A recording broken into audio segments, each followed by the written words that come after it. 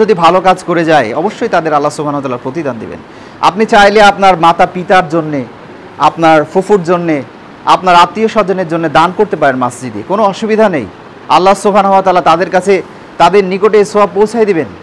চাইলে আল্লাহ সুবহানাহু ওয়া তাআলা ওয়া ইউআযযিবু মান ইয়াশা ওয়া ইয়াগফিরু মান ইয়াশা, আল্লাহ সুবহানাহু ওয়া তাআলা যদি বান্দা শিরক না করে, যদি শিরকের পাপ বান্দার মধ্যে না থাকে, আল্লাহ চাইলে তাকে আযাব দিবেন, তাকে কি করবেন, শাস্তি দিবেন।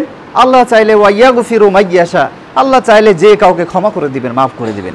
আর আল্লাহ যদি কাউকে ক্ষমা করে দেন, মাফ করে দেন, তাহলে আল্লাহ নিশ্চিত তাকে জান্নাত দিবেন। সুবহানাল্লাহি বিহামদিহি। এই কারণে ভাইয়েরা আমরা যে আমলই করে থাকি না কেন, আমাদের আমালটা হতে হবে আল্লাহর সন্তুষ্টির জন্য। আমাদের আমালটা সাদকায়ে জারিয়া অবশ্যই হতে হবে। আমাদের আমালের মধ্যে আল্লাহর সন্তুষ্টি থাকতে হবে।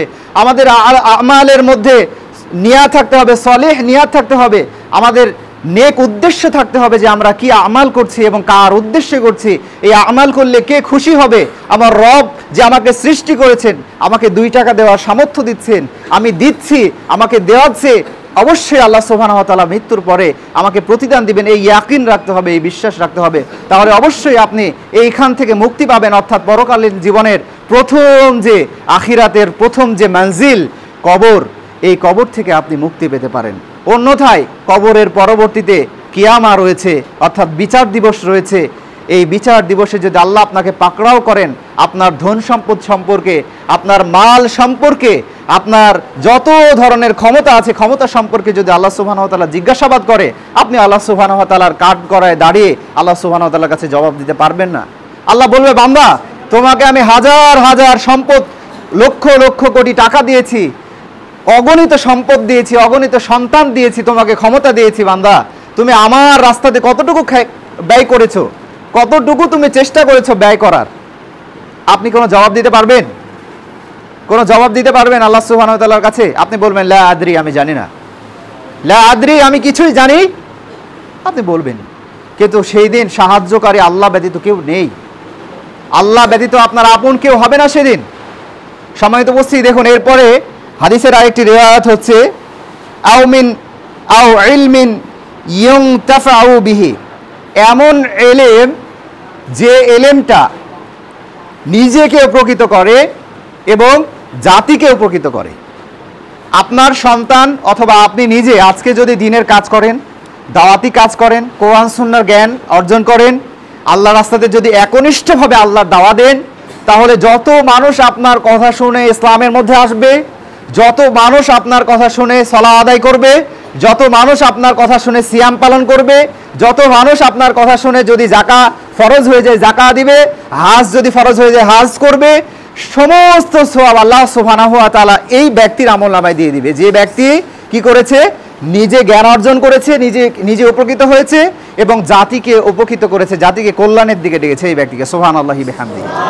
তাহলে এটা এমন একটি বিষয়, 3টা বিষয়ের এমন একটি বিষয়, 2 নম্বর বিষয়, যেটা হচ্ছে নিজেকে উপকৃত করবে এমন এলেম, যে এলেম নিজেকে, নিজের পরিবারকে উপকৃত করবে এবং সমাজ, জাতি, রাষ্ট্র সহ পুরো বিশ্বর মুসলিম উম্মাহ সহ অন্যান্য সেক্টরের সকলকে কি করবে, উপকৃত করবে। এটা শুধু ইলমুন নাফি, মানে উপকারী জ্ঞান বা উপকারী এলেম দ্বারাই সম্ভব, অন্য কিছু দ্বারা সম্ভব নয়। এটা আপনার মৃত্যুর পরে, এটাও আপনার মৃত্যুর পরে, যতদিন পর্যন্ত একজন মানুষ সুন্নাহর উপরে থাকবে, কোরআন সুন্নাহর উপরে থাকবে, ইসলামের উপরে থাকবে, সালাত আদায় করবে, অথবা আপনি একজনকে দাওয়াতের পদ্ধতি শিখিয়ে দিয়েছেন, আপনার মৃত্যুর পরে ও 10 জনকে দাওয়াতের পদ্ধতি শিখিয়ে দিয়েছেন, যদি 500 বছর এইভাবে দাওয়া জারি থাকে, তো আপনি কিয়ামত পর্যন্ত, ওই 500 বছর, কিয়ামতের আগ পর্যন্ত এই 500 বছর কি করবেন? 500 বছরে তারা যে আমাল করেছে, সেই আমালের সওয়াব আপনার আমার আমলনামাতে আল্লাহ সুবহানাহু ওয়া তাআলা দিবেন। সুবহানাল্লাহি বিহামদিহি।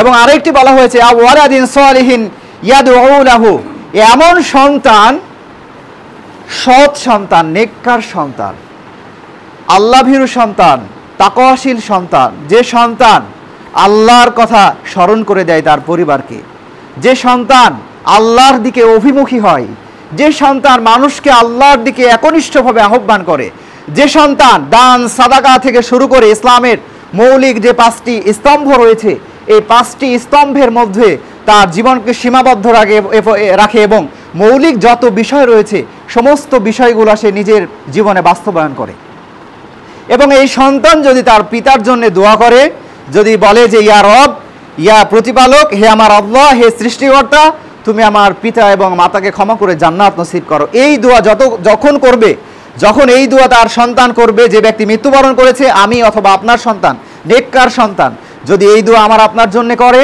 তো দোয়া করবে যতক্ষণে আল্লাহ সুবহানাহু ওয়া তাআলা দোয়া করার সাথে সাথে ওই ব্যক্তিকে ক্ষমা করে মাফ করে দিয়ে জান্নাতুল ফেরদাউস দান করবে, জান্নাত দান করবে। তাহলে কয়েকটি বিষয়ের কথা আমরা জানতে পারলাম। দেখুন, আমরা কয়েকটি বিষয়ের কথা আজকে উল্লেখ করলাম, কয়েকটি বিষয় জানলাম। এর মধ্যে উপকারী ইলমের কথা জানলাম বা জ্ঞানের কথা জানলাম। এর মধ্যে আমরা জানলাম যে সাদাকাতুজ জারিয়া কয়টা সেক্টরে হয়। সাদাকাতুজ জারিয়ার সেক্টরগুলো আপনাদের বলে দিলাম যে 4টি সেক্টরে সাদাকাতুজ জারিয়া হয়। আর এই সাদাকাতুজ জারিয়ার যে আমলগুলো রয়েছে, এই 3টাই কিন্তু সাদাকাতুজ জারিয়া। এই আমলগুলো কিন্তু মূলত কিয়ামত পর্যন্ত আমাদের আমলনামায় এই আমলগুলা বা এর সওয়াবগুলা কি করা থাকবে? লিপিবদ্ধ করা থাকবে, লেখা থাকবে। এবং আরেকটি 3টির মধ্যে গুরুত্বপূর্ণ যে বিষয়টি, সেটা হচ্ছে নেক সন্তান।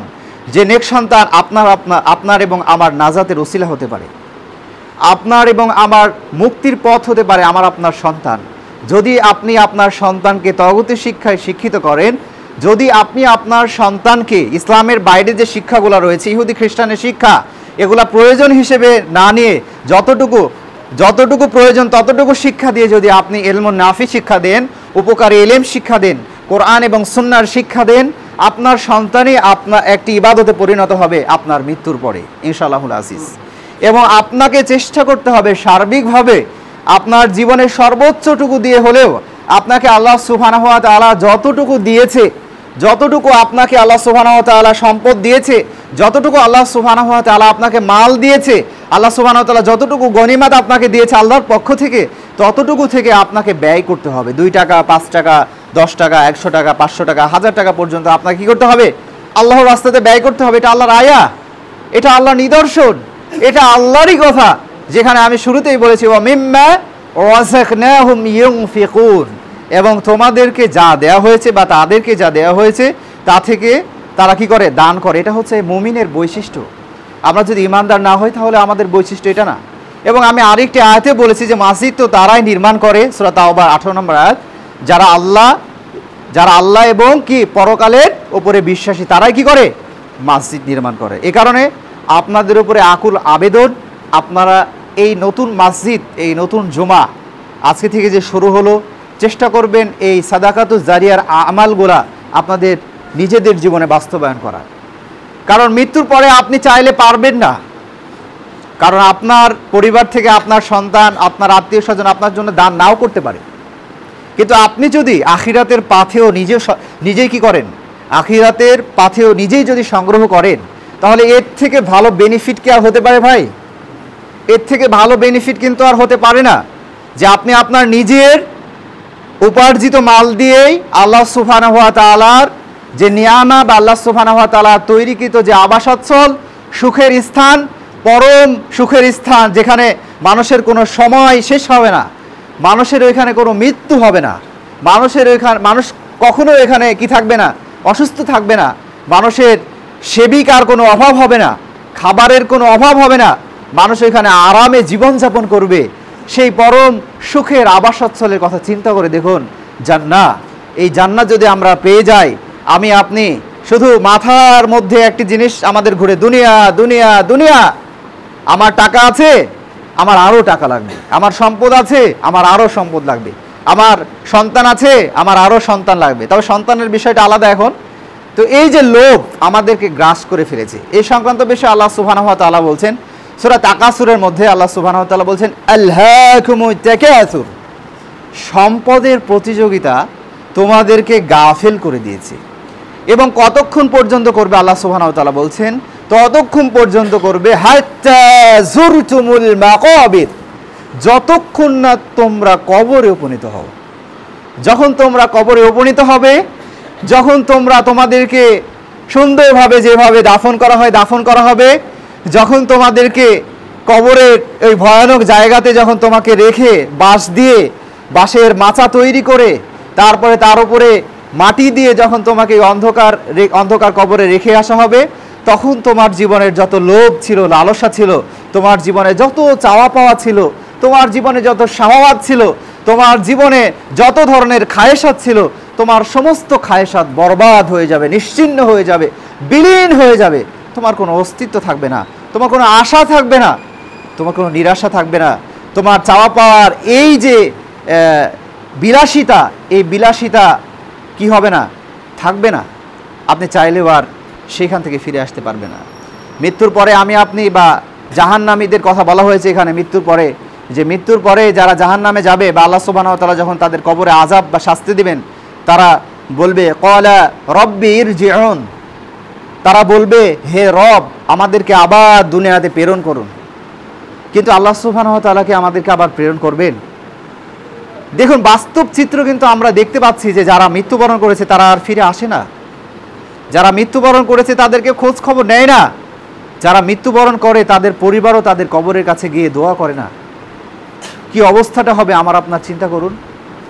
যদি আমরা পথেও আজকে কালকে বা আমাদের হায়াত থাকা পর্যন্ত যদি আমরা পাথেও অর্জন না করি, আখিরাতের পাথেও, আমাদের আফসোস করা ব্যতীত আর কোনো কিছুই থাকবে না।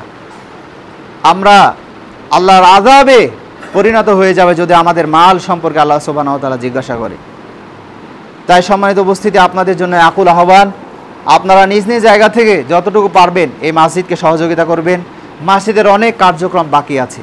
এবং আমি আরও একটি বিষয় বলতে চাই যে আসলে বাহ্যিক দৃষ্টিতে আমাদের মধ্যে যে কলহ বা বিদ্রোহ রয়েছে, ভাই ভাই যে দ্বন্দ্ব রয়েছে, মসজিদের এক প্রান্ত অপর প্রান্তের মধ্যে যে দ্বন্দ্ব রয়েছে, আমরা এটা বিশ্বাস করি যে কেউ আমাদের শত্রু নয়, তারা আমাদের ভাই।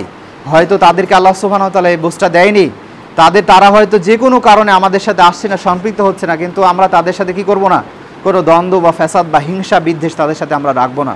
আমরা তাদের সাথে ভাইয়ের সম্পর্ক রাখবো, আমরা তাদেরকে আহ্বান করব, দাওয়া দেবো, আমরা তাদেরকে বোঝাবো। ইনশাল্লাহ আমরা বিশ্বাসী যে যুব সমাজ যদি একত্রিত হয় তাহলে সম্ভব প্রত্যেকটি সেক্টর থেকে কাজ করা। এবং ইসলামকে যদি কোনো ব্যক্তি বিজয়ী করতে চায়, দিন ইসলামকে যদি প্রতিষ্ঠা করতে চায়, খেলাফা যদি প্রতিষ্ঠা করতে যায়, আল্লাহর আইন যদি, আল্লাহ সুবহানাহু ওয়া তাআলার আইন যদি কেউ বাস্তবায়ন করতে চায়, তাহলে অবশ্যই কয়েকটি বিষয়ের জরুরা রয়েছে।